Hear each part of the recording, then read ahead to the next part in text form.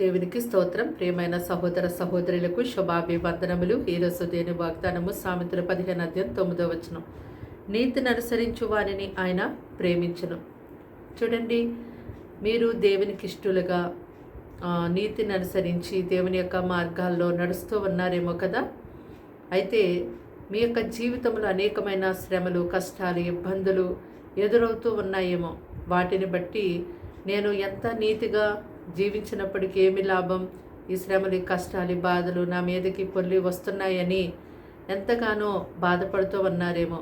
బాధపడడమే కాదు, ఈ లోకములో దుష్టులుగా, దుర్మార్గులుగా, వ్యర్థముగా జీవిస్తున్నటువంటి వారందరూ ఎంతో బాగున్నారు, వారి జీవితాల్లో నెమ్మది, సమాధానం వారు కలిగి ఉన్నారు అని చెప్పి వారు అన్ని రీతిలుగా ఆశీర్వదించబడి ఉన్నారని మీరెంతో వారిని చూసి బాధపడుతూ మరెంతో విసుగుతో జీవిస్తూ ఉంటున్నారేమో. అయితే దేవుని యొక్క వాక్యములో మనం చూసినట్టయితే నోబహు, అతడు దేవునితో కూడా నడిచాడు. అతడు తన తరములో నిందారహితుడిగా జీవించాడు. నోబహు నీతిపరుడై ఉన్నాడు. అయితే నోబహు కాలంలో జలప్రళయం వచ్చినప్పుడు ఆ యొక్క జలప్రళయం నుండి దేవుడు నోబహుని, తన కుటుంబాన్ని ఎంతో గొప్పగా కాపాడారు.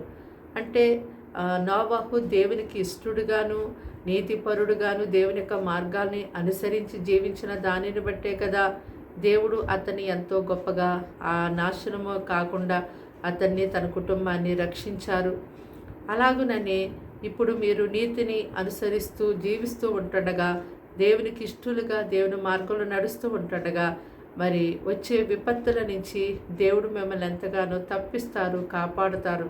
అయితే భక్తిహీనులుగా, దుష్టులుగా, దుర్మార్గులుగా ఉన్నటువంటి వారి మీదకి అపాయము ఉరివలే వచ్చి మరి అకస్మాత్తుగా వారిని నాశనం చేసేదిగా ఉంటుంది. కాబట్టి మనము ఎంతగానో దేవుని యొక్క వాక్యాన్ని బట్టి ధైర్యముగా ఉండేవారిగా ఉండాలి.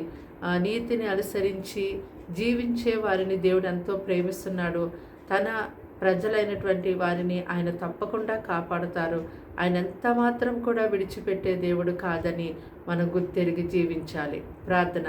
దేవానికి వందనములు, స్తోత్రాలు, స్తుతులు చెల్లిస్తాం తండ్రి. మాటలు వింటున్న నీ బిడ్డల్ని మీ రక్తంతో కడిగి ముట్టి స్వస్థపరిచి బలపరచండి. వారికి, వారి ఇంటి వారికి రక్షణ ఇవ్వండి. నీ యొక్క సమాధానం, సంతోషం, నెమ్మది ఎంతగానో వీరికి దయచేయండి ప్రభా. ఇదిగో వీరి కుటుంబాలు ఎలాంటి సమస్యలు వీరు ఎదుర్కొంటున్నారు, యేసు నామములో విడిపించండి. పరిశుద్ధ పరలోక అభిషేకం నీ బిడ్డలకు దయచేయండి. వారి యొక్క పనులన్నిటినీ మీరు యేసు నామములో జరిగించండి. అయ్యా ప్రభా, చిన్నవారి మొదలు పెద్దవారి వరకు నేను భయభక్తులు కలిగించేదండి.